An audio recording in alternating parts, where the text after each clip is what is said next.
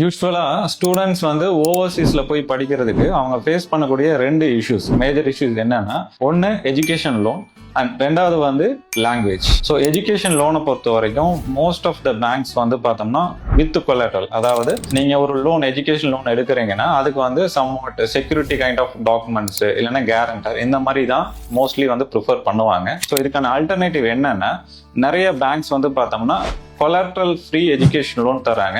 இது எதை பேஸ் பண்ணி தராங்கன்னா, நம்ம எடுக்கக்கூடிய யூனிவர்சிட்டிஸை பொறுத்து தான் தராங்க. ஸோ இந்த டீட்டெயில் நிறைய பேருக்கு தெரியறது இல்லை. ஸோ இதுக்கான சொல்யூஷனை வந்து ஆஸ் அ ட்ரைவேஷியா we have well experience in that field. Most of the students face பண்ணக்கூடிய செகண்ட் இஷ்யூ என்னன்னு பார்த்தீங்கன்னா லாங்குவேஜ், அதாவது IELTS ஆர் PTE இந்த மாதிரியான லாங்குவேஜ் எக்ஸாமில் வந்து கிளியர் பண்ண முடியாத ஸ்டூடெண்ட்ஸ். ஸோ அவங்களுக்கான சொல்யூஷன் என்னன்னா, மீடியம் ஆஃப் இன்ஸ்ட்ரக்ஷன்.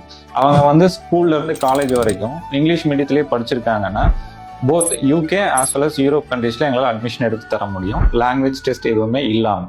ஓவர்சீஸ் எஜுகேஷனை பொறுத்த வரைக்கும் ஸ்டூடெண்ட்ஸ் ஃபேஸ் பண்ணக்கூடிய இஷ்யூஸ் இதெல்லாம் தான். ஸோ உங்களுக்கு அந்த இஷ்யூஸ் இருந்ததுன்னா கால் ப்ரைவேஷியா. ஸோ எங்களோட எக்ஸ்பர்ட் டீம் வந்து உங்களை அசிஸ்ட் பண்ணுவாங்க.